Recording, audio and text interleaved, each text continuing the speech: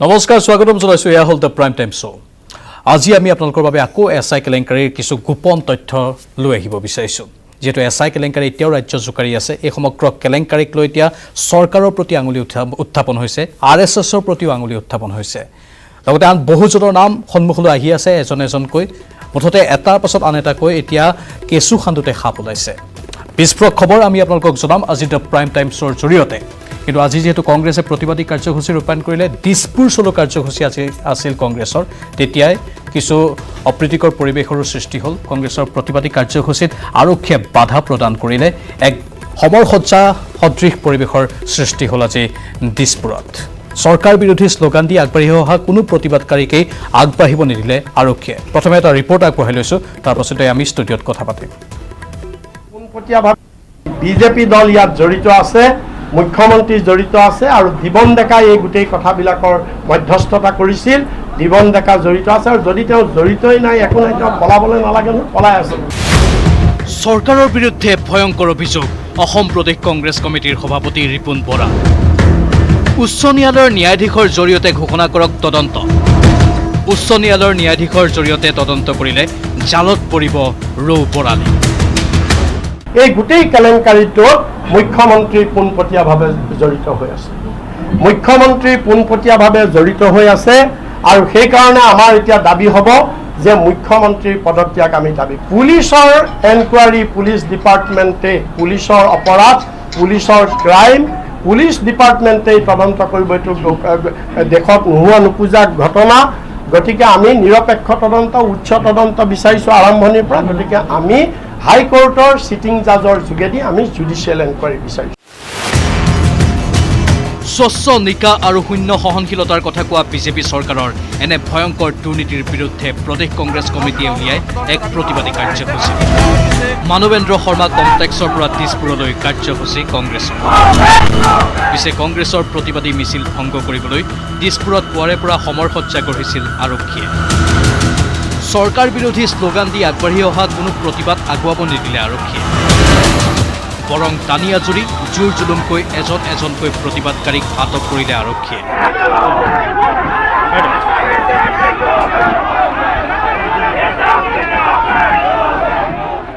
আজি স্বেচ্ছাচাৰী হিচাপে গণতান্ত্ৰিক অধিকাৰ আমাক খৰ্ব কৰিছে আমাক জোৰকে বাছত উঠাই দিছে আমি এই তদন্ত এজন গুৱাহাটী হাইকোৰ্টৰ সিটিং জাজৰ দ্বাৰা বিচাৰিছোঁ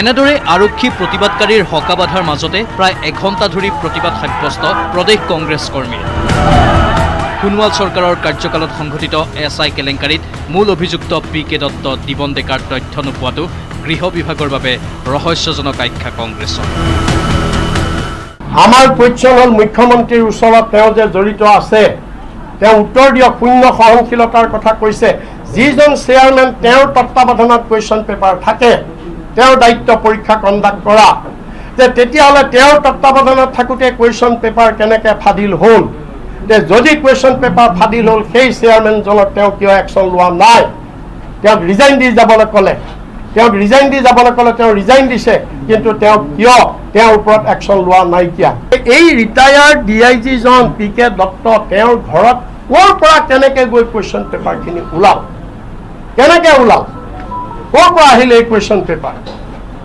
সেই বস্তুটো কিয় তদন্ত তাত অনা নাই ইপিনে দিবন ডেকা সন্দৰ্ভত দলীয় নেতাকৰ্মীয়ে দলীয় সদস্য নহয় বুলি কোৱাটো হাস্যকৰ কিয়নো বিজেপিৰ ৰাম মাধৱৰ পৰা আৰম্ভ কৰি সিদ্ধাৰ্থ ভট্টাচাৰ্য মুখ্যমন্ত্ৰী সোণোৱালৰ সৈতে ফটো আছে দিবনৰ কেমেৰা পাৰ্চন নিতুলৰ সৈতে বলেন ভট্টাচাৰ্যৰ report news 18 Assam north east Dibon ডেকাৰ সন্ধান নাই কিন্তু এইখিনি মুহূৰ্তত এটা সম্ভাৱনাৰ কথা প্ৰকাশ কৰিব বিচাৰিছো news 18 Assam north east exclusive এটা খবৰ দিবন ডেকাই যিকোনো মুহূৰ্তত আত্মসমৰ্পণ কৰিব পাৰে যিগৰাকী দিবন ডেকা অন্যতম খলনায়ক বুলি কোৱা হৈছে পি.কে.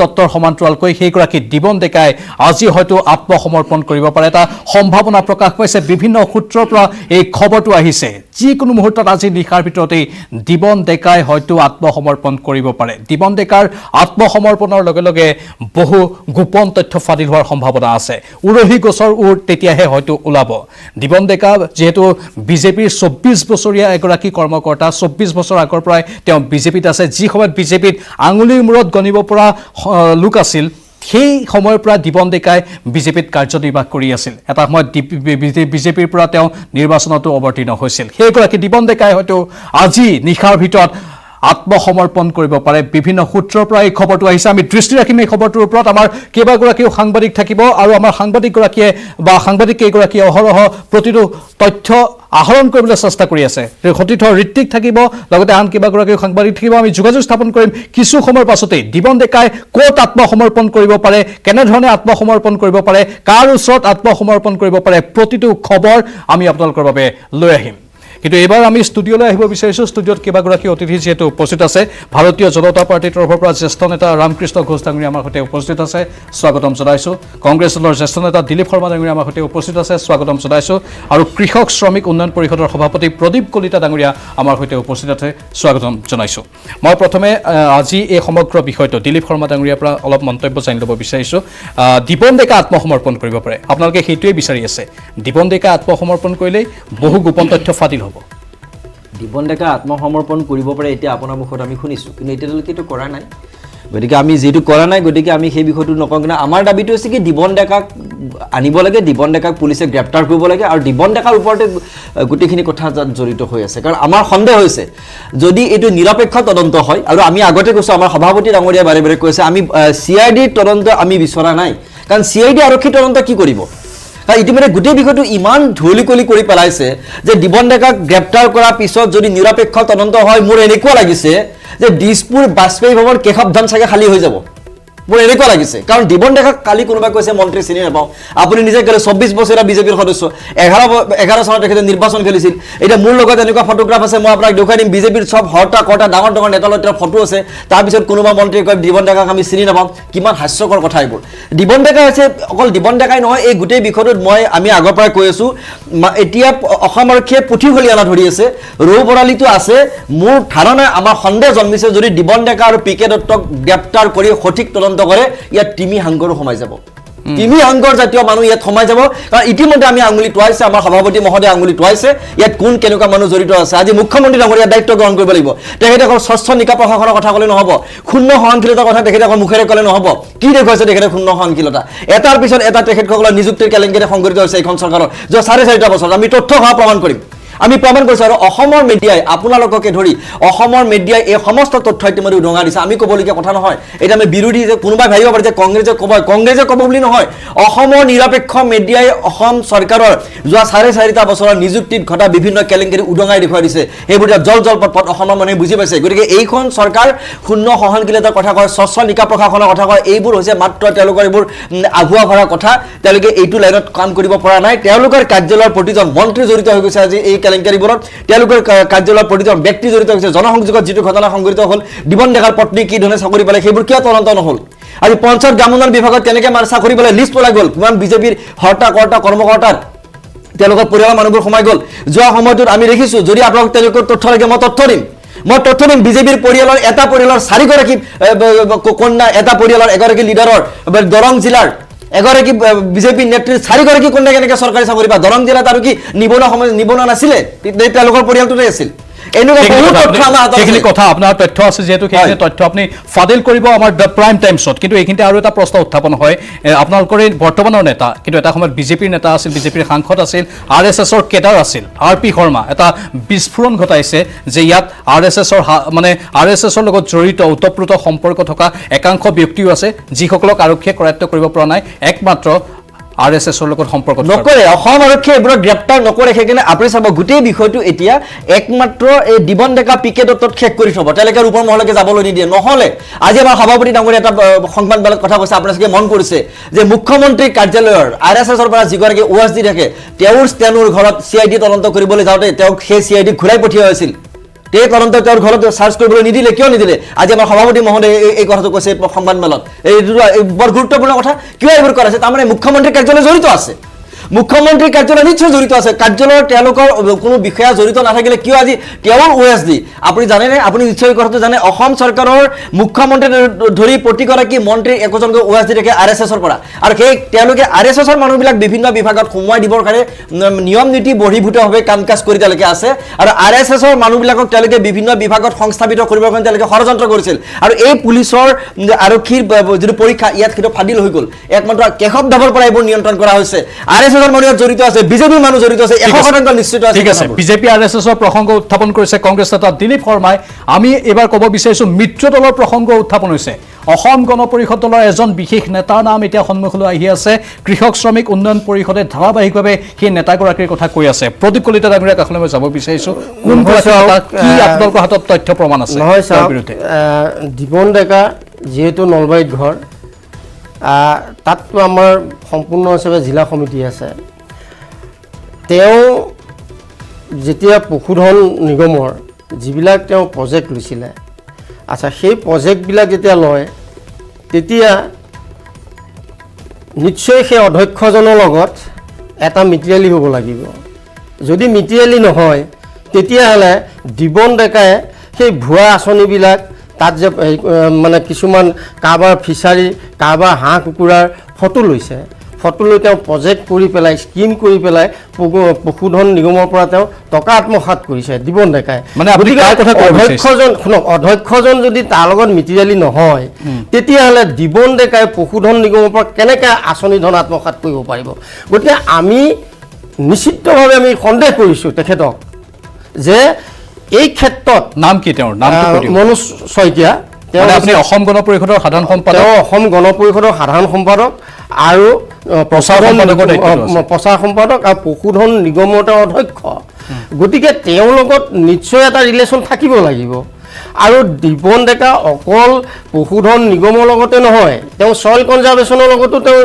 ৰিলেশ্যন আছে তাৰো কিছুমান চইল কনজাৰ্ভেশ্যনৰ কিছুমান প্ৰজেক্ট আছিলে যিটো প্ৰজেক্টত আপোনালোকে নিশ্চয় গম পায় যে মই কেছ কৰিছিলোঁ CID 235 কোটি টকা এটা বৃহৎ কেলেংকাৰী চইলৰ আচ্ছা সেই প্ৰজেক্টটো তেওঁ কৰিছিলে কিন্তু য'ত প্ৰজেক্ট কৰিছে য'ত দেখুৱাইছে তাততো তাত তেনেধৰণৰ দিপন ডেকাৰ কোনো প্ৰজেক্টেই নাই নলবাৰীত তেওঁ নিজৰ যিখন গাঁৱত কোনো প্ৰজেক্ট নাই তেওঁ তাত যায় কি কৰে যে পশুধন নিগমৰ যিবিলাক তেওঁ প্ৰজেক্ট কৰিছোঁ বুলি কৈছে বা সেই ধনবিলাক যে তেওঁ আত্মসাৎ কৰিছে কিন্তু তেওঁ তাত ধৰক এনেকুৱা ধৰণৰ মই উদাহৰণ দিছোঁ মোৰ এটা ফিচাৰী আছে ফিচাৰীটোৰ কাষতে মই এখন ফাৰ্ম কৰিছোঁ সেইটো কিন্তু মোৰহে দিবন ডেকাৰ নহয় সেইখনতে ফটো মাৰি আনিছে আনি তাকে তেওঁলোকে প্ৰজেক্ট বনাই কোটি কোটি টকা আত্মসাৎ কৰে ইয়াত কি মনোজ শইকীয়াই কি তাত জড়িত নাথাকিব নেকি নে মনোজ শইকীয়াই তাত কি অৰিহণা নাথাকিব নেকি নিশ্চয় থাকিব লাগিব এতিয়া আমাৰ এটা সন্দেহ হৈছে যে দিবন ডেকাৰ লগত যেতিয়া তেওঁ এটা ঘনিষ্ঠতা হৈছে যে SI যিটো নিযুক্তিকৰণ তেনেকুৱা ধৰণৰ এটা হ'ব পাৰে আৰু সেইকাৰণে আমি ক'ব বিচাৰিছোঁ যে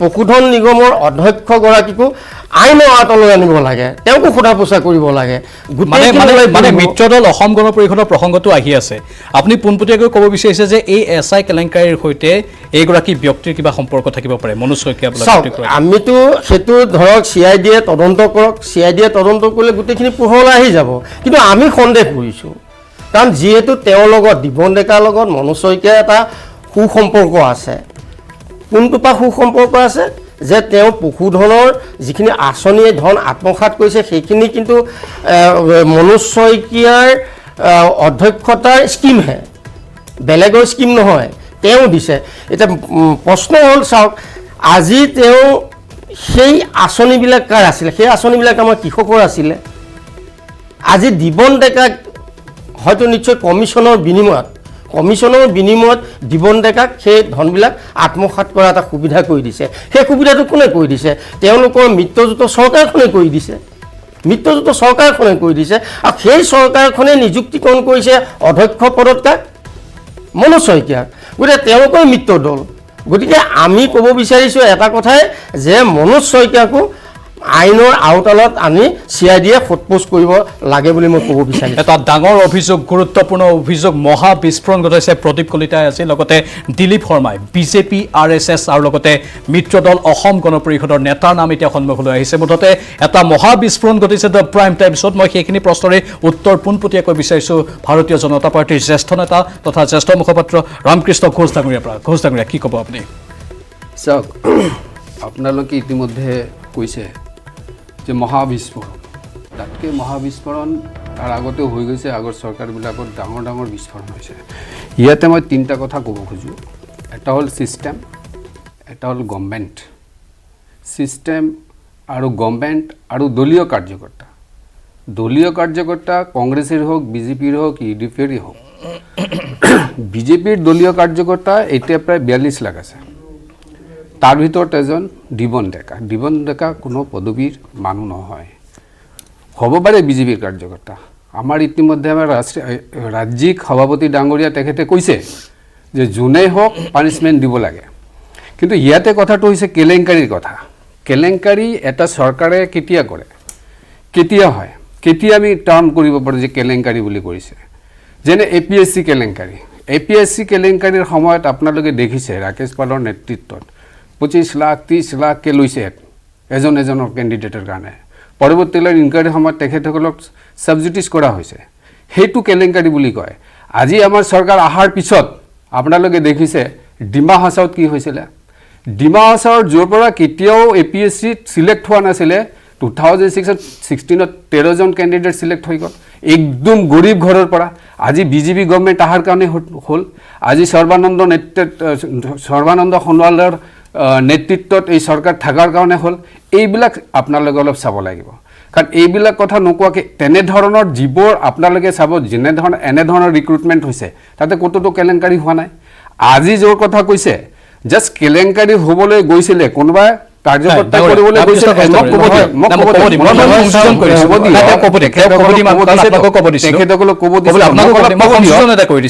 আমি কেলেংকাৰীক লৈ কোৱা নাই বা এই তদন্ত নামসমূহ যে আহি আছে, দিবন ডেকা আপোনালোকৰ সদস্য, এতিয়া প্ৰাঞ্জল বৰুৱা বুলি এজন RSSৰ সৈতে সম্পৰ্ক থকা ব্যক্তিৰ নাম আহিছে। কিবা সম্পৰ্ক থাকিব, নামসমূহ আহি আছে, তাক ছাবজেক্ট টু ইনকুৱাৰী কৰক না। কাৰ লগত কি সম্পৰ্ক, সৰু সৰু বিষয় লৈ কাৰ লগত কি সম্পৰ্ক, কোনে কি কৰিছে, কাৰ লগত কোনে ডিনাৰ কৰিছে, কোনোবা লাঞ্চ কৰিছে, এইবিলাক ফটো দেখুৱাই আজি ৰিপন বৰাই যিটো ক'ব খুজিছে, এইবিলাক কি সূচায়?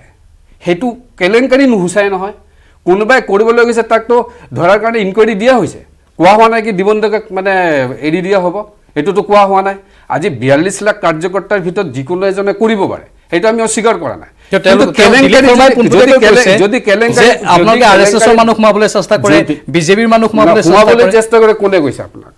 দিলীপ শৰ্মাই কৈছে, কংগ্ৰেছে তেখেতসকলেতো ক'ব আজি কংগ্ৰেছে যিটো নাটক পৰিচালনা কৰিলে গুৱাহাটীত ৰাস্তাত, সিহঁতক তেখেতসকলকেতো শুবা নিদিয়ে।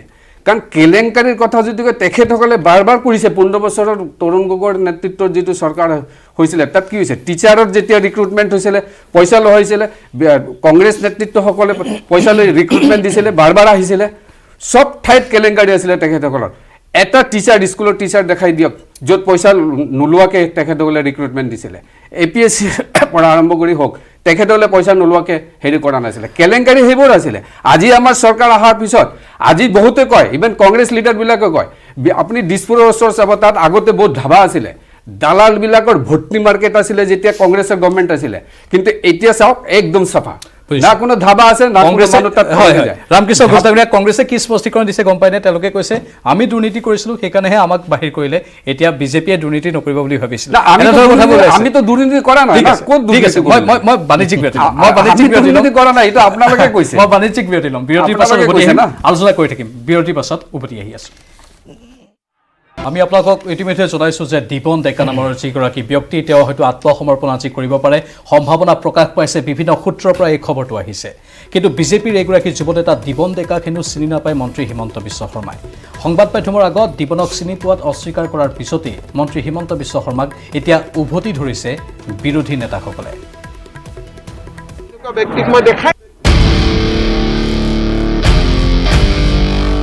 মন্ত্ৰী হিমন্ত বিশ্ব শৰ্মাই যি ক'ব সঁচাকেই ক'ব। যদি তেওঁ কয় দিবন ডেকাক চিনি নাপায় বুলি, তেন্তে তেওঁ হয়তো সঁচাকৈ কৈছে, তেওঁ চিনি নাপায়। মই ইমান দেৰি বিজেপিত আছো, মইতো কেতিয়াও ইয়াত তেনেকুৱা ব্যক্তিক দেখা নাই। আজি 6 বছৰতো এনেকুৱা ব্যক্তিক মই দেখাই নাই বিজেপি অফিচত। দিবন ডেকা ইলেকশ্যন কেতিয়াবাই খেলা এইটো। আজি এইবিলাক 11 কথা আজি কোনে মনত ৰাখিছে? পিছে SI কেলেংকাৰীৰ মাষ্টাৰ মাইণ্ড দিবন ডেকাক মন্ত্ৰী হিমন্ত বিশ্ব শৰ্মাৰ বাহিৰে আন সকলোৱে চিনি পায়। প্ৰমাণ এই ফটোসমূহ।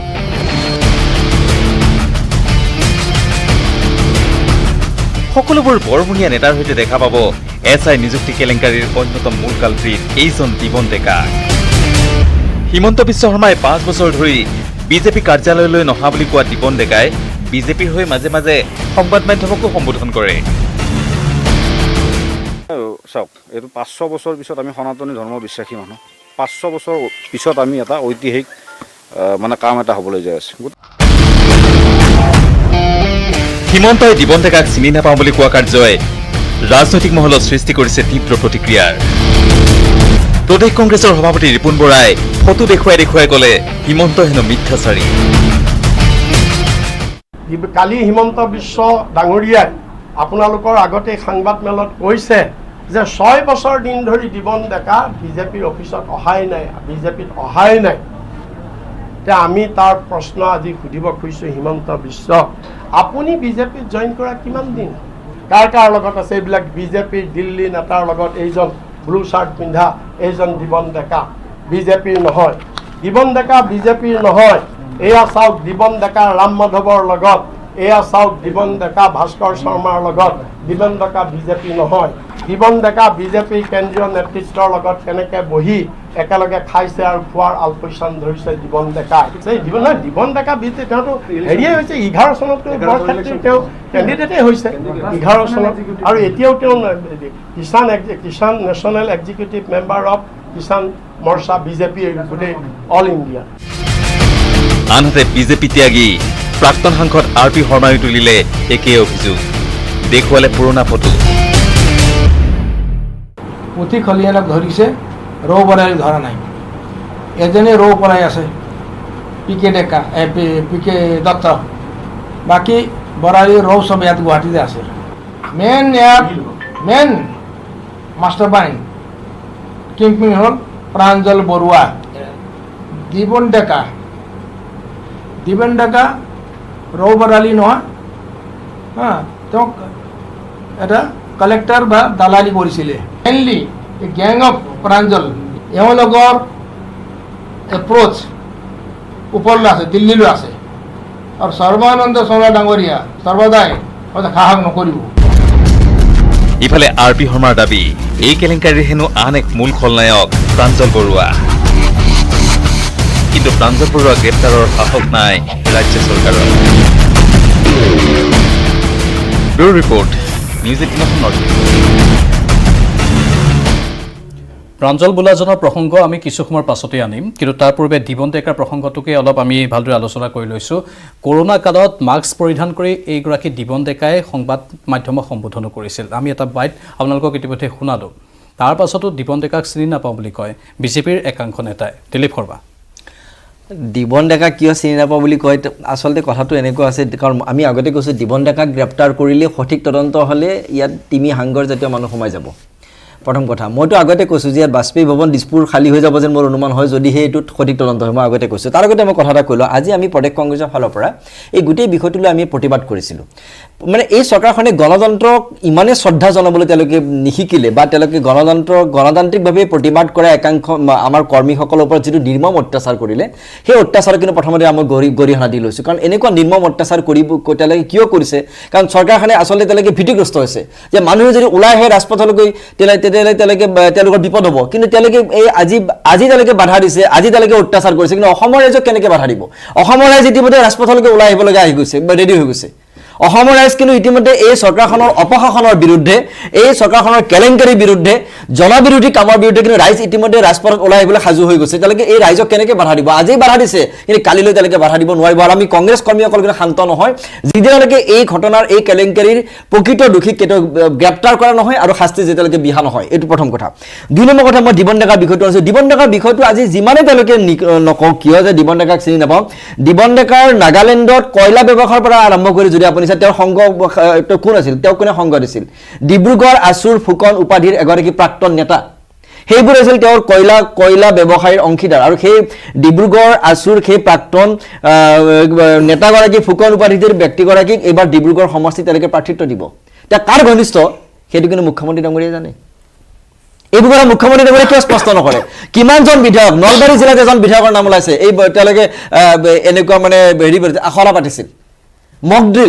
মকড্ৰিল কোনে পাতে? মকড্ৰিল পাতে আমি দেখো ফায়াৰ ব্ৰিগেডে পাতে, মানে যেতিয়া জুই লাগিব কেনেকে জুই নুমাব সেইটো ফায়াৰ ব্ৰিগেডে দেখুৱাই। কিন্তু মক টেষ্ট, কিন্তু এই মক টেষ্ট কৰিছে এইবাৰ আপোনাৰ এপইণ্টমেণ্টক লৈ, মানে নিযুক্তিৰ পৰীক্ষাক লৈ। অসমত অভাৱনীয় ঘটনা। এই চৰকাৰখনে সঁচাকৈ পৰিৱৰ্তন আনিছে। সঁচাকৈ তেওঁলোকে মই তেওঁলোকক ধন্যবাদ জনাইছোঁ। তেওঁলোকে পৰিৱৰ্তনৰ শ্লোগান যে দিছিল, তেওঁলোকে সঁচাকৈ পৰিৱৰ্তন আনিছে, যে পৰীক্ষাৰ আগদিনা মক টেষ্ট পাতি তেওঁলোকে কেনেকৈ পাছ কৰিব লাগে সেইটোতো পৰিৱৰ্তন অন্তত আনিছে। দিলীপ শৰ্মা ডাঙৰীয়া, এটা কথা মই সুধিছোঁ, আপোনালোকে মানি লৈছে যে আপোনালোকৰ দিনতো দুৰ্নীতি হৈছিল, হয়, আপোনালোকে ইতিমধ্যে কৈছে, কিন্তু সেই দুৰ্নীতিৰ বাবে আপোনালোকক গাদীৰ পৰা আঁতৰালে। মই আপোনাক ইয়াত এটা স্পষ্ট, আমাৰ দুৰ্নীতিৰ কথাটো বহুতে অসম লোকসেৱা আয়োগৰ কথাটো কয়, মানে APSC কেলেংকাৰী হয়, সেইটোৱে নহয় আৰু বহু আছে। মই কৈছোঁ APSC কেলেংকাৰী যেতিয়া হৈছিল, APSC এখন স্বতন্ত্ৰ বডি, APSCৰ ওপৰত মুখ্যমন্ত্ৰী বা চৰকাৰৰ হস্তক্ষেপ নাথাকে, তাৰ ভিতৰত কি কৰিছিল গম পোৱা নাযায়। কিন্তু এই যি দুটা বিভাগ, জনসংযোগ, গৃহ বিভাগ, অন্যান্য বিভাগত আজি পঞ্চায়ত আৰু গ্ৰাম উন্নয়ন বিভাগ, এইবিলাক চৰকাৰৰ একোজন মন্ত্ৰীৰ প্ৰত্যক্ষ নিয়ন্ত্ৰণত থকা বিভাগ। ইয়াত কি হৈছে তেওঁলোকে কিয় নাজানে? তেওঁলোক জড়িত আছে কাৰণে তেওঁলোকে চকু মুদা কুলিৰ ভাও ধৰে। সেইকাৰণে মই কৈছোঁ, আমি যদি দুৰ্নীতি কৰিছিলোঁ, আমি বেয়া কাম কৰিছিলোঁ, 16 চনত আমাক ৰাইজে আঁতৰাই পঠাইছিল, আমাক বিদায় দিছিল। তেওঁলোকে পৰিৱৰ্তনৰ শ্লোগান লৈ, সুশাসনৰ শ্লোগান লৈ তেওঁলোক ক্ষমতাত আহিল।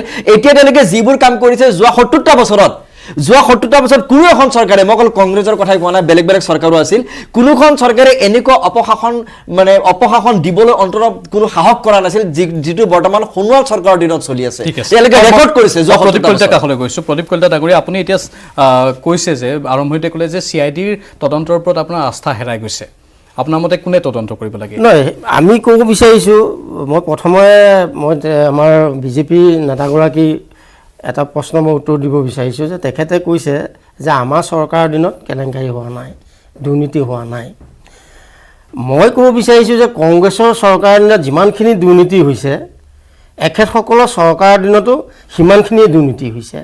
কাৰণ আপোনালোকে নিশ্চয় গম পায়, আপোনালোকৰ সংবাদ মাধ্যমেই মোৰ সকলো বাতৰি বজাই আছে, এই যে যিটো আপোনাৰ কিষাণ যিটো আমাৰ হেৰিটো, এই যে কৃষকসকলৰ যিটো হেৰি দিছিলে আঁচনিখন, সেই প্ৰথম যিটো ধৰা পেলাইছিলোঁ, আমিও ধৰা পেলাইছিলোঁ প্ৰথম নগাঁও জিলাৰ পৰা। আচ্ছা, সেইটো আমি CIDত কেছ দিছিলোঁ। CIDয়ে আজিলৈকে কোনো তদন্ত কৰাৰ ব্যৱস্থা গ্ৰহণ নকৰিলে। সেইটো কাৰ দিনত হৈছে? BJP দিনতে হৈছে। আজি পশুধন নিগমৰ মই কথা কৈ আছোঁ, যে পশুধন নিগমৰ ইমানবিলাক কেলেংকাৰী হৈ আছে। আজি পশুধন নিগমত আজিলৈকে মুখ্যমন্ত্ৰীগৰাকীয়ে কিয় তদন্তৰ ব্যৱস্থা গ্ৰহণ কৰা নাই? কি কাৰণত কৰা নাই? যে আজি কৃষকৰ আঁচনিবিলাক মানে মধ্যভোগী দালালবিলাকে উপভোগ কৰি আছে, কিন্তু কৃষকে পাবলৈ সক্ষম হোৱা নাই। সেইখিনি কি BJP চৰকাৰৰ দিনত দুৰ্নীতি হোৱা নাই নেকি? সেইখিনি কি কেলেংকাৰী হোৱা নাই নেকি? যে শেহতীয়া হিচাপে যে SI যিটো নিযুক্তি, তাত কেলেংকাৰী হৈছে, জনসংযোগত কেলেংকাৰী হৈছে, পঞ্চায়ত এণ্ড ৰুৰেল ডেভেলপমেণ্টত কেলেংকাৰী হৈছে। আৰু কেইদিন আৰু 15-20 দিন লগ না, আপোনালোকৰ সংবাদ মাধ্যমতে মই আৰু এটা ডিপাৰ্টমেণ্টৰ ভয়ংকৰ নিযুক্তিৰ কেলেংকাৰী, এখেতসকলৰ চৰকাৰৰ কেলেংকাৰী মই উদ্ঘাটন কৰিম। 15 দিন লগ, তথ্যখিনি মই মানে যোগাৰ কৰি আছোঁ, RTI কৰি যোগাৰ কৰি আছোঁ। ভয়ংকৰ এই SI যিটো নিযুক্তিকৰণ, সেই ডিপাৰ্টমেণ্টতো সেই একেই নিযুক্তিকৰণ হৈছিলে, কিন্তু কোনেও গম নাপায়। গতিকে মুখ্যমন্ত্ৰী ডাঙৰীয়া এইখিনি কি নাজানে নেকি? তেওঁলোকক যে ইমানখিনি সুবিধা দিছে। এতিয়া মই শেহতীয়া হিচাপে এটা কথাই ক'ব বিচাৰিছোঁ, যে যিসকল যিটো CID তদন্তত দিছে, এইটোত আমি সন্তুষ্ট নহয়। এইটো কাৰণে সন্তুষ্ট নহয়, আপোনালোকে নিশ্চয় জানে যে কংগ্ৰেছৰ দিনত যিটো বৃহৎ সোণৰ কেলেংকাৰী আছিলে, য'ত 365জন অফিচাৰ কণ্ট্ৰেক্টৰ তাত আপোনাৰ ঠিকাদাৰ আদি কৰি তেওঁলোকে হাইকোৰ্টৰ পৰা তেওঁলোকে আগতীয়া জামিন ল'বলগীয়া হৈছিলে। মুঠতে আপোনাৰ আস্থা নোহোৱা হৈছে, আমি বুজি পাইছোঁ প্ৰদীপ কলিতা ডাঙৰীয়া, আস্থা নোহোৱা হৈছে, আস্থাহীনতা যেতিয়া সেইকাৰণে আমি বিচাৰিছোঁ CBI তদন্ত হ'ব লাগে বুলি তেওঁলোকে দাবী উত্থাপন কৰিছে। শূন্য সহনশীলতাৰ কথা যিহেতু কৈ আছে, কিন্তু বাস্তৱ ক্ষেত্ৰত যেন শূন্য সহনশীলতা হোৱা নাই দুৰ্নীতিৰ বিৰুদ্ধে, তেওঁলোকে সেয়া সন্দেহ কৰিছে। ৰামকৃষ্ণ ঘোষ ডাঙৰীয়া, আমাৰ অনুষ্ঠান সামৰিব লাগিব, আপুনি একদম নিৰপেক্ষভাৱে কথাখিনি কওক, আৰু আপোনাৰ পৰা এটা ৰাইজে বিচাৰিছে, কাৰণ আপোনালোকৰ নিচিনা জ্যেষ্ঠ নেতাসকলৰ দ্বাৰা এটা আমি আশা কৰোঁ, সকলোৱে আশা কৰে এটা ভাল কি নিৰপেক্ষভাৱে ক'ব, এটা দলৰ প্ৰতিনিধি হৈ কি দলীয় মই প্ৰথমতে দুয়োগৰাকী নেতাক ধন্যবাদ জনাইছোঁ যে আজি আপোনালোকে দুইজনে স্বীকাৰ কৰিলে কংগ্ৰেছৰ দুৰ্নীতিৰ কথা, আৰু আপুনি যিটো কৈছে আপুনি সেইটো এলিগেশ্যনৰ কথা কৈছে। অভিযোগটো জানিব লাগিব, কেলেংকাৰী আৰু এলিগেশ্যন দুই বস্তু। আপোনালোকে যিমানবোৰ আপুনি যিটো ক'লে যিমানবোৰ চব গোটেইকেইটা এলিগেশ্যন, আৰু কেলেংকাৰীৰ কথাটো মই আগতে ক'লোঁ, কেলেংকাৰী সেইটো যিটো আগতে ক'লোঁ APSC এইবিলাক টিচাৰ ৰিক্ৰুটমেণ্ট গোটেইকেইটা কেলেংকাৰী, এইবিলাক আপুনি দেখাব পৰা নাই। মিছা মিছা এই গভৰ্ণমেণ্টটোক বদনাম কৰি লাভ নাই। এই গভৰ্ণমেণ্টৰ সময়তে যিমানবোৰ কল্যাণকামী আঁচনিবিলাক আমাৰ সময়তে ইমপ্লিমেণ্ট কৰি আছোঁ, গৰীবক আমি দি আছোঁ, একদম অন্তিম পৰ্যায়লৈকে আমি গৈ গৰীবক কেনেকৈ সহায় কৰিব লাগে আমি কৰি আছোঁ। দিবন ডেকা বোলাজনক কৰায়ত্ব কৰিলে তেওঁৰ ওপৰত ভালদৰে জেৰা চলিব নে নচলে? আৰে জেৰা কিয় নচলিব? এইটো আইনৰ কাম আইনে কৰিব, কিয় নকৰিব? তেখেতসকলে কৰিব, সেই বিষয়ত মই নাযাওঁ। হস্তক্ষেপ থাকিব নেকি, কাৰোবাৰ প্ৰেছাৰ থাকিব নেকি, প্ৰভাৱ থাকিব নেকি? প্ৰভাৱ বিজেপিৰ সদস্য বুলি কাৰ প্ৰভাৱ থাকিব? আইনে যিটো কৰে সেইটো কৰিব, আৰু এইবোৰত আমি কেনেকে কম? মইতো আৰু বিশ্বাস নকৰোঁ। আজি দিবন ডেকা যদি আত্মসমৰ্পণো কৰে, আৰু কালিলৈ মই আপোনাক কৈ দিছোঁ, এইটো কোনো কাৰণত আমি বিশ্বাস নকৰোঁ। কালিলৈ চৰকাৰ পক্ষৰ পৰা প্ৰশাসনত প্ৰেছাৰ কৰিবই। কিয় প্ৰেছাৰ কৰিব জানেনে? ঠিক আছে, কাৰণ দিবন ডেকা বহুত তথ্য আছে। আমি ধন্যবাদ জনাইছোঁ সকলোকে এই অনুষ্ঠানত উপস্থিত থকাৰ বাবে। বিৰতিৰ পাছতেই এটা বিশেষ বিস্ফোৰণ আমি আপোনালোকৰ বাবে লৈ আহিম, যিটো খবৰে আপোনাৰ চকু কপালত তুলিব। সেইখিনি খবৰ বিৰতিৰ পাছত লৈ আহিম। পুনৰ স্বাগতম। আমি আপোনালোকক বিৰতিৰ পূৰ্বে কৈছিলোঁ যে এটা ডাঙৰ খবৰ আছে, আৰু সেই খবৰটো হ'ল প্ৰাঞ্জল বৰুৱা বুলি এজন লোকক লৈ। প্ৰাঞ্জল বৰুৱাৰ গেঙেই সংঘটিত কৰিছিল SI কেলেংকাৰী। প্ৰাঞ্জল গেঙৰ হাত আছে দিল্লী RSSত। প্ৰাঞ্জলৰ গেঙত আছে বহু প্ৰভাৱশালী ব্যক্তি। RSSৰ বিৰুদ্ধে মুখ খুলিছে বিভিন্নজনে। এতিয়া মুঠতে এটা বছৰ এটা নতুন নতুন তথ্য উদ্ঘাটন হৈছে, সন্মুখলৈ আহি আছে, আৰু কেইবাগৰাকী বিশেষ ব্যক্তিৰ নাম ইয়াত উত্থাপন হৈছে, আৰু ইয়াত RSS কানেকশ্যনৰ কথাও সন্মুখলৈ আহিছে।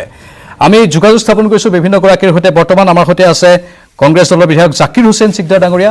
মই স্বাগতম জনাইছোঁ চিকদাৰ ডাঙৰীয়া আপোনাক আমাৰ দ্য প্ৰাইম টাইম শ্ব'ৰ মাজলৈ। এই ক্ষেত্ৰত আপোনাৰ কি প্ৰতিক্ৰিয়া হ'ব? আপোনাৰ হাততো কিবা এক্সক্লুচিভ তথ্য আছে নেকি? প্ৰাঞ্জল, প্ৰথমতে মই ধন্যবাদ জনাইছোঁ। প্ৰথম কথা হ'ল যে আজি সমগ্ৰ ৰাজ্যক প্ৰতিছে SI কেলেংকাৰী নিযুক্তি কেলেংকাৰীত আজি চৰকাৰৰ যিটো স্থিতি থাকিব লাগিছিল, গৃহমন্ত্ৰীৰ দায়িত্বত থকা মুখ্যমন্ত্ৰী ডাঙৰীয়া আৰু আৰক্ষী সঞ্চালক প্ৰধান ডাঙৰীয়াৰ যি দায়িত্ব থাকিব লাগিছিল, যি নৈতিক দায়িত্ব স্বীকাৰ কৰি তেওঁলোকে যিখিনি বিবৃতি দিব লাগিছিল বা অসমৰ জনসাধাৰণক বিশ্বাস দিব লাগিছিল, আমি সেইখিনি পোৱা নাই। আমি প্ৰথমৰ পৰাই কৈ আছোঁ যে SI কেলেংকাৰী নিযুক্তিৰ যি কেলেংকাৰী হৈছে, গুৱাহাটীৰ নিচিনা মাজমজিয়া হোটেলত পৰীক্ষাৰ আগতীয়াকৈ পৰীক্ষা পাতিছে, শাসকীয় দলৰ দুজন বিধায়কে আগতীয়াকৈ কোচিং কৰিছে, এইবিলাকৰ পৰা এটা কথা স্পষ্ট হয় যে গৃহ বিভাগৰ দায়িত্বত মুখ্যমন্ত্ৰী আছে, আৰু মুখ্যমন্ত্ৰীৰ দায়িত্বত থকা এটা বিভাগত এনেকুৱা কেলেংকাৰী হ'ব পাৰে ক্ষেত্ৰত মুখ্যমন্ত্ৰী আৰু চৰকাৰখনৰ আৰু ৰাজ্যিক বিজেপিৰ কোনোবা ডাঙৰ বিষয়াসকলৰ শীৰ্ষ পদত থকা ব্যক্তিসকলৰ নিশ্চিতভাৱে ইয়াৰ লগত জড়িত আছে, নহ'লেহেঁতেন। আৰু আমি সকলোৱে জানো যে বিজেপি দল, বিজেপি চৰকাৰ কথাত তেওঁলোকে যে উৎসাহ কৰে, তেওঁলোকে যে বিভিন্ন কাম কাজ কৰে, তেওঁলোকে ৰাতিপুৱা বিচনাৰ পৰা উঠাৰ পৰা ৰাতি বিচনাত যোৱালৈকে, অৰ্থাৎ প্ৰত্যেকটো কাম বিজেপি দল, বিজেপি চৰকাৰে RSSৰ কথা মতে কৰে। গতিকে এই SI নিযুক্তি কেলেংকাৰীত নিশ্চিতভাৱে আৰক্ষীক তেওঁলোকে গেৰুৱাকৰণ কৰিব বিচাৰিছিল, আৰু আৰক্ষীক গেৰুৱাকৰণ কৰিব বিচৰাতে তেওঁলোকে গোটেই প্ৰক্ৰিয়াটো এটা এনেকুৱাভাৱে এটা প্লেনিং কৰিছিল যে প্লেনিঙৰ জৰিয়তে কেৱল RSSৰ সমৰ্থিত বা RSSৰ আশীৰ্বাদপুষ্ট ব্যক্তিয়ে নিযুক্তি পায়, আৰু তেওঁলোকে পৰৱৰ্তী সময়খিনিত আৰক্ষী বিভাগত যাতে তেওঁলোকে একেবাৰে RSS চুৰি কৰিব পাৰে, বিজেপি চুৰি কৰিব পাৰে, সম্প্ৰদায়িক গ্ৰুপ গঠন কৰিব পাৰে, তাৰ কাৰণে তেওঁলোকে সকলো প্ৰচেষ্টা লৈছিল। আজি ঠিক আছে। যদি আপুনি জীৱন ডেকাৰ কথা কয়, জীৱন ডেকাক তেওঁলোকে আজি বিজেপি দলৰ এজন কৰ্মকৰ্তা 2021 অনুষ্ঠিত নিৰ্বাচন চলিছিল, তাৰপিছতো তেওঁলোকৰ শীৰ্ষ নেতৃত্ব বেছি তেওঁলোকক চিনি নাপায়। জীৱন ডেকাক কোনো আৰক্ষীয়ে ধৰি তেওঁলোকৰ কাৰণে যিয়ে সন্ধান দিব তাক পুৰস্কাৰ দিব, এই কথাবিলাক এটা কথা স্পষ্ট হৈ যায় যে নিশ্চিতভাৱে আৰক্ষী বেয়া কৰিছে। কিন্তু অলপ আগত আপোনালোকৰ টিভি সংবাদ মাধ্যমৰ দৰে ব্ৰেকিং নিউজত দেখিলো জীৱন ডেকা আত্মসমৰ্পণ কৰিব। অৰ্থাৎ আৰক্ষী বিভাগে তেওঁলোকক বিচাৰি নাপায়, আৰক্ষীয়ে বিচাৰি নাপায়, চৰকাৰে বিচাৰি নাপায়, জীৱন ডেকা তেওঁলোকে আত্মসমৰ্পণ কৰিব হৈছে। তাৰ মানে ইয়াৰ দ্বাৰা এটা কথা স্পষ্ট হয়, প্ৰাঞ্জল চৰকাৰ আৰু এই এছআই কেলেংকাৰীৰ যিসকলে কেলেংকাৰীত ব্যক্তি, RSS, বিজেপি গোটেইখিনি এটা মৌদাৰ ইপিটি তেওঁলোকৰ লগত বুজাবুজি আছে আৰু বুজাবুজি কৰি জীৱন ডেকাক তেওঁলোকে দেখাই দিব। জীৱন ডেকাক তেওঁলোকে মেনেজ কৰি লৈছে। তেওঁলোকে যাতে বিজেপি নেতাৰ নাম নকয়, মন্ত্ৰী কোনো জ্যেষ্ঠ মন্ত্ৰী তেওঁলোকে নাম নকয়, মুখ্যমন্ত্ৰী অধিকাৰীৰ নাম নকয়, তেনেকৈ কৰিছে।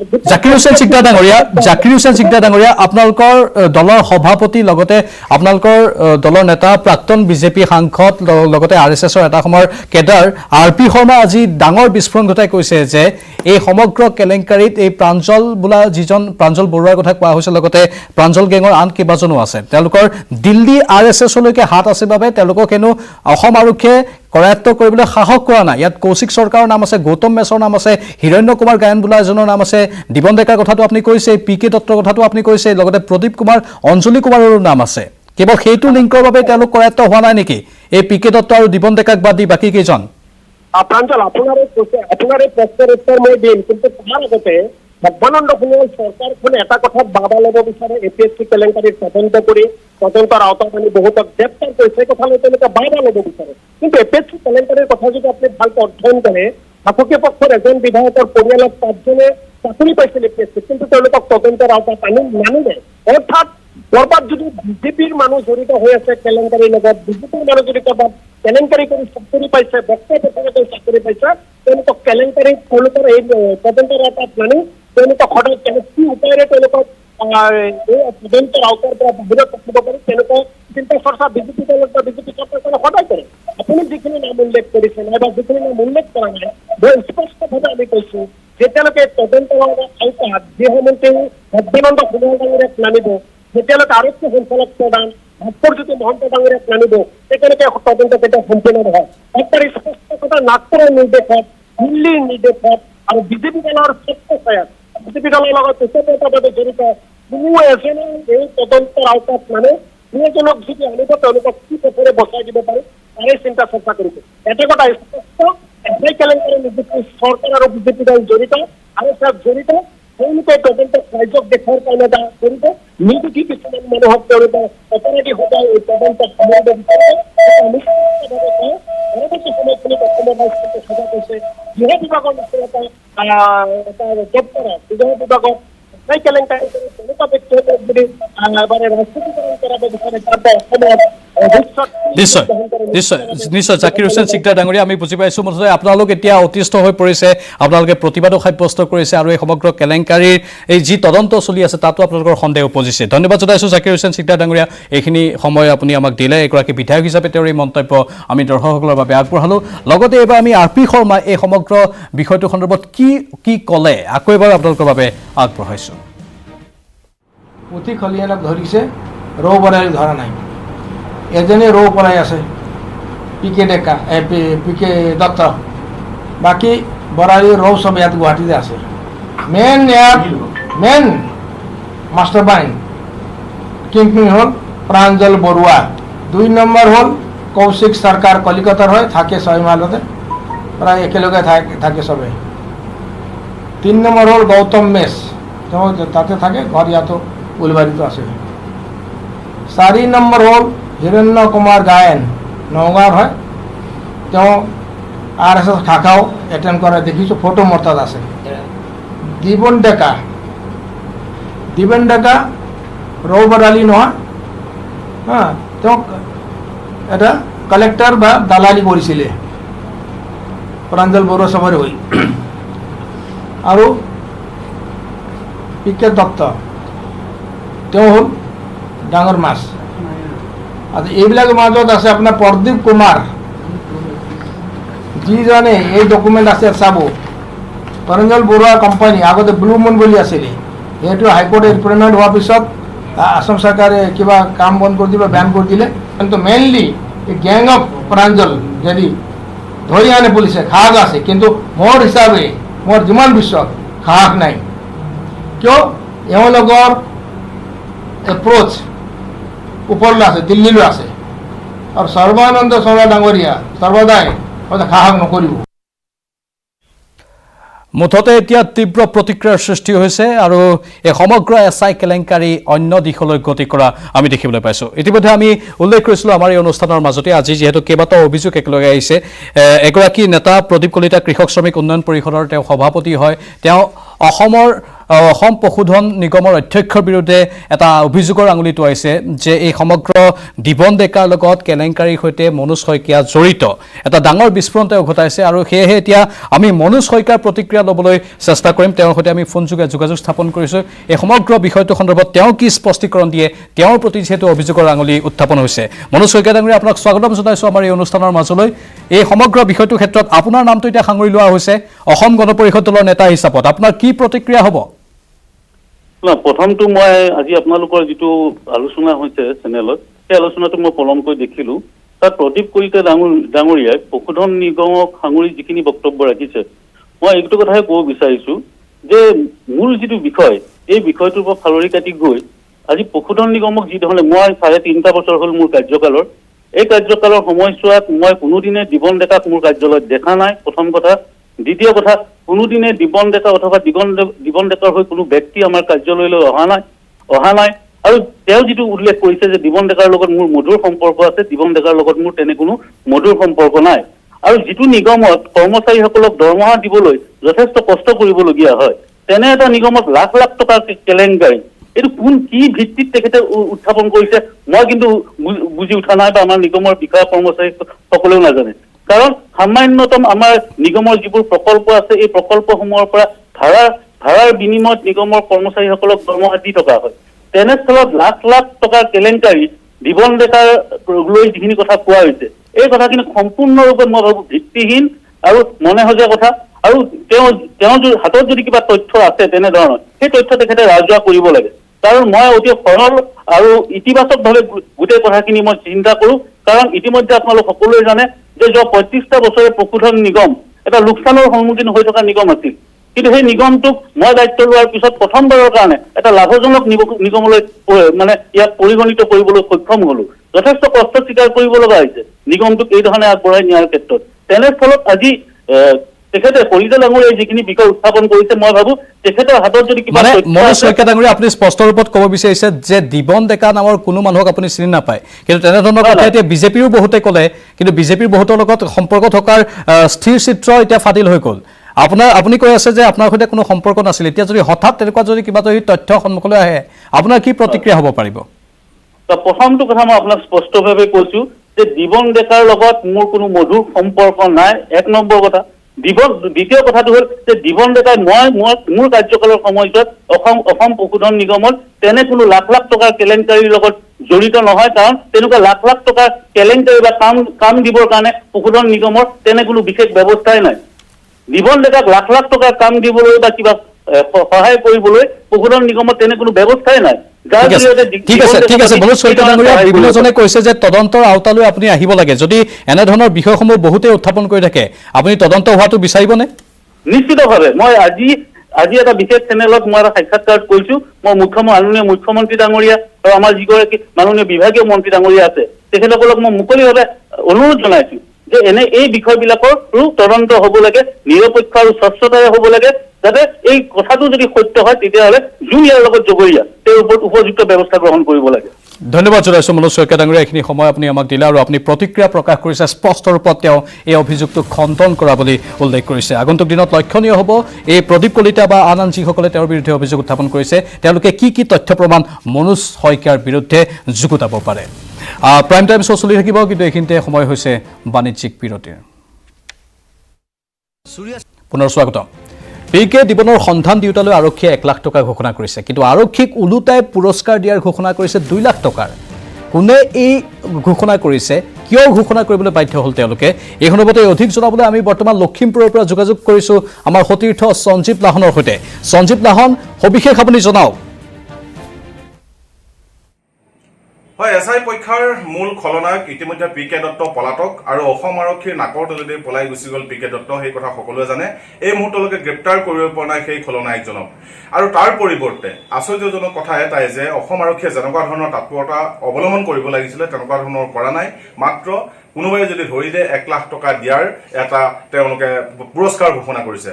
কিন্তু তাৎপৰ্যপূৰ্ণ বিষয় সমানে সমানে কিন্তু অসমৰ দুৰ্নীতি বিৰোধী যি শক্তি আছে, দুৰ্নীতি বিৰোধী শক্তিয়ে পি কে দত্তক যদি কোনোবাই গ্ৰেপ্তাৰ কৰিব পাৰে তেতিয়াহ'লে তেওঁ 2 লাখ টকা দিয়াৰ এক পুৰস্কাৰ ঘোষণা কৰিছে। মোৰ লগত দুৰ্নীতি বিৰোধী যুৱ শক্তিৰ সভাপতি উপস্থিত আছে ধৰ্ম গগৈ। মই পোনে পোনে তেখেতৰ পৰা জানিবলৈ যাম কিয় এনেকুৱা এটা ঘোষণা কৰিব লগা হ'ল, যিহেতু অসমত খুদ মুখ্যমন্ত্ৰীজন গৃহ বিভাগত আছে। আচল ঘটনাটো হৈছে আমি যিটো ঘোষণা কৰিছোঁ সেইটো আচলতে আমি অসম আৰক্ষীৰ সন্মানীয় বিষয়াসকলৰ বাবে অসম আৰক্ষী কৰ্মকৰ্তাসকলৰ কাৰণে ঘোষণা কৰিছোঁ। কাৰণ তেওঁলোকে আমি প্ৰতিবাৰে দেখোঁ যে ইয়াৰ পূৰ্বে 2-3টা তেনেকুৱা ঘটনা হৈছে যে ৰাইজৰ বাবে তেওঁলোকে এটা এনাউন্সমেণ্ট দি দিয়ে। এতিয়া ঘটনাটো হৈ গ'ল আজি অসমত এজন খুব সাহসী আচলতে অসম আৰক্ষী বিষয়া সন্মানীয় ভাস্কৰজ্যোতি মহন্ত ডাঙৰীয়া ইয়াৰ DGP হৈ আছে। তেখেতসকলক যদি ফ্ৰী হেণ্ড আচলতে সম্পূৰ্ণৰূপে মুকলিভাৱে যদি তেওঁলোকক কি কৰি দিয়া যায়, অসম আৰক্ষীটো গতাই দিয়া যায়, তেতিয়াহ'লে তেওঁলোকে মোৰ ধাৰণা 24 ঘণ্টাত পি কে ডেকাহাতক মানে পি কে দত্ত আৰু দিবেন ডেকাহাতক ধৰি আনিব পাৰিব। গতিকে ৰাজনৈতিক এটা হাতোৰাত গোটেই বিষয়টো হৈ আছে। সেইকাৰণে আমি দুৰ্নীতি বিৰোধী যুৱ শক্তি অসমে অসম আৰক্ষী সেই বিষয়াসকলক ইনস্পায়াৰ্ড পাবলৈ তেওঁলোকে ৰাজ্যৰ বাসিন্দাৰ কাৰণে 1 লাখ টকা ঘোষণা কৰিছে। এই কথাটো অসম আৰক্ষীয়ে যিদিনা ঘোষণা কৰিছে তেওঁলোকে জানে যে অসমৰ ভিতৰত অসমৰ চাৰিবেৰাৰ ভিতৰত এই 2 ব্যক্তি নাই। তেওঁলোক ক'ত আছে অসম আৰক্ষী আৰু অসমত থকা বিজেপিৰ বহু নেতা কৰ্মীয়ে জানে, যিসকলৰ নেতা আচলতে এই বিষয়বিলাকৰ লগত জড়িত হৈ আছে তেওঁলোকে জানে। গতিকে যদি অসম আৰক্ষীক 24 ঘণ্টা আচলতে ফ্ৰী হেণ্ড সম্পূৰ্ণ স্বতন্ত্ৰ আৰু স্বাধীনতা দিয়ে, আমাৰ বিশ্বাস অসম আৰক্ষীত ইমান আচলতে সচেতন আৰু শক্তিশালী বিষয়া আছে যিসকলে 24 ঘণ্টাৰ ভিতৰত তেওঁলোকক মানে আটক কৰিব পাৰিব। আমি বিষয়ে পৰিষ্কাৰ হৈ ল'ব বিচাৰিছোঁ যে কোনোবা এজন যদি অসম আৰক্ষীৰ বিষয়াই বা কোনোবা এজন আৰু অসম আৰক্ষীৰ লোকে পি কে দত্তক ধৰিব পাৰে তেতিয়াহ'লে আৰক্ষীৰ লোককো আপোনালোকে পুৰস্কৃত কৰিব। আচলতে আমি ঘোষণাটো আৰক্ষী লোকৰ বাবেহে কৰিছোঁ। জেনেৰেল পাব্লিকে যে অসমত তেওঁলোকক খবৰ দিব নোৱাৰে বা নাই সেইটো আমিও জানো। আৰু সেই খবৰটো জানি আমি কেৱল মাত্ৰ অসম আৰক্ষীৰ যিসকল সন্মানীয় বিষয়া আছে, যিসকলৰ লগত থকা হয়তো সৰু সৰু বিষয়াসকলে ইনফৰমেশ্যনখিনি পাব। চ' সেইকাৰণে আমি অনুৰোধ জনাইছোঁ, আমাৰ ফালৰ পৰা এই ঘোষণাটো কৰিছোঁ যে অসম আৰক্ষী বিষয়াসকলক আমি 2 লাখ টকা দিম যিসকল বিষয়াই এইজনক মানে আটক কৰাৰ ব্যৱস্থা গ্ৰহণ কৰিব। হয়, এতিয়ালৈকে যথেষ্ট কেইজন লোক জালত পৰিছে আৰক্ষীৰ বা তদন্তৰ নামত খৰতকীয়া কৰিছোঁ বুলি যুদ্ধকালীনভাৱে তদন্ত প্ৰক্ৰিয়া চলাই আছে বুলি খুদ মুখ্যমন্ত্ৰীজনে ক'ব বিচাৰে। আচলতে গোটেইখিনি কি ভাবে আপুনি? একটু বিকোভানৰ নিচিনা হৈছেগে নেকি? আচলতে চাওক, গাড়ী ড্ৰাইভাৰ এজন, চিকিউৰিটি এজন, গাড়ী এখন, চাকৰি কৰা প্ৰাৰ্থী কেইজন, এইকেইজনক আটক কৰিলে জানো বিষয়টো সমাপ্ত হ'ব? এতিয়া যদি মন কৰে সঁচাকৈ যদি মুখ্যমন্ত্ৰী মহোদয়ে যি শূন্য সহনশীলতা নীতি নিশ্চয় ধন্যবাদ জনাইছোঁ সঞ্জীৱ। এয়া লখিমপুৰৰ পৰা পোনপটীয়া সম্প্ৰচাৰ আৰু তেওঁলোকে এটা বিশেষ ঘোষণা কৰিছে, সেই ঘোষণাটো আপোনালোকে শুনিলে। 5 অক্টোবৰলৈ পিছুৱালে চিকিৎসক দেবেন দত্ত হত্যাকাণ্ডৰ চূড়ান্ত ৰায়ৰ দিন। কাৰাগাৰত হৰি মাঝি নামৰ এজন অভিযুক্তৰ মৃত্যুৰ বাবেই ৰায়ৰ দিন পিছুৱালে আদালতে। কিন্তু ন্যায় পাবনে 13 মাহ পূৰ্বে প্ৰাণ হেৰুওৱা চিকিৎসকগৰাকীৰ পৰিয়ালে? এই ৰিপৰ্ট আগবঢ়াই বিদায় দিছোঁ আজিৰ দ্য প্ৰাইম টাইমছৰ পৰা। নমস্কাৰ। জেলৰ ভিতৰতে মৃত্যু অভিযুক্তৰ, পিছুৱালে দেবেন দত্ত হত্যাকাণ্ডৰ ৰায়দান। 5 অক্টোবৰলৈ পিছুৱালে ৰায়দানৰ দিন। যোৰহাটৰ জিলা আৰু সত্ৰ ন্যায়াধীশৰ আদালতৰ বাহিৰত বহু উৎকণ্ঠিত লোক। দেশ কঁপোৱা তিয়কৰ চিকিৎসক ডাক্তৰ দেবেন দত্তৰ হত্যাকাণ্ডৰ গোচৰৰ চূড়ান্ত ৰায়দানৰ দিন। কিন্তু ঘটনাৰ 13 মাহৰ পিছত আদালতে চূড়ান্ত ৰায়দানৰ দিন ধাৰ্য কৰিও পিছুৱাবলগীয়া হ'ল ৰায়দানৰ দিন। কাৰণ ঘটনাৰ 32গৰাকী অভিযুক্তৰ হৰি মাঝি নামৰ অভিযুক্তগৰাকীৰ কেইদিনমানৰ পূৰ্বে মৃত্যু হ'ল জেলৰ ভিতৰতে। সেইবাবেই বুধবাৰে গোচৰৰ ৰায়দানৰ পৰা বিৰত থাকে আদালত। চূড়ান্ত ৰায়দানৰ দিন পিছুৱালে 5 অক্টোবৰলৈ। কাষ্টডিত থাকোঁতে এজন অপৰাধী আছামী এজন হৰি মাঝি তেওঁৰ মৃত্যু হৈছিলে। তেওঁৰ ৰিপৰ্ট পষ্টমৰ্টেম ৰিপৰ্টটো আহি পোৱা নাছিলে আদালতত, আজি আহি পাইছিলে। সেইকাৰণে যিহেতু জাজমেণ্ট সেই পষ্টমৰ্টেম ৰিপৰ্টটো হোৱাৰ পিছত তেখেতৰ বিৰুদ্ধে গোচৰটো বন্ধ কৰা হ'ব, এবেট কৰা বুলি কয়। আৰু সেই বন্ধ হোৱাৰ পিছত তেওঁ পুনৰ জাজমেণ্টটো আদালতে আকৌ নতুনকৈ জাজমেণ্ট লিখিবলগীয়া হ'ব সেইকাৰণে জাজমেণ্টে এই গোচৰটো 5 তাৰিখলৈ ফিক্স। দেহ কপোৱা তিয়কৰ চিকিৎসক ডাক্তৰ দেবেন দত্তৰ হত্যাকাণ্ডৰ 22 দিনৰ পিছতে যোৰহাটৰ তদন্তকাৰী আৰক্ষীয়ে 32 জন অভিযুক্তৰ বিৰুদ্ধে দাখিল কৰিছিল 602 পৃষ্ঠাজোৰা অভিযোগনামা। সাক্ষ্য গ্ৰহণ কৰিছিল 56 জন লোকৰ। এই গোচৰত অসমত প্ৰথমবাৰৰ বাবে ব্যৱহাৰ কৰা হৈছিল উইটনেছ প্ৰটেকশ্যন স্কিম। এই গোচৰৰ অভিযুক্তসকলৰ অধিবক্তাই আদালতত 802 পৃষ্ঠাৰ লিখিত যুক্তি আগবঢ়াইছিল। চৰকাৰী পক্ষৰ অধিবক্তাই আগবঢ়াইছিল 94 পৃষ্ঠাৰ লিখিত যুক্তি। অভিযুক্তসকলৰ অধিবক্তাই গোচৰৰ সৈতে প্ৰত্যক্ষভাৱে জড়িত নথকা লোকসকলৰ প্ৰতি আদালতে উচিত বিচাৰ কৰিব বুলি আশা কৰে।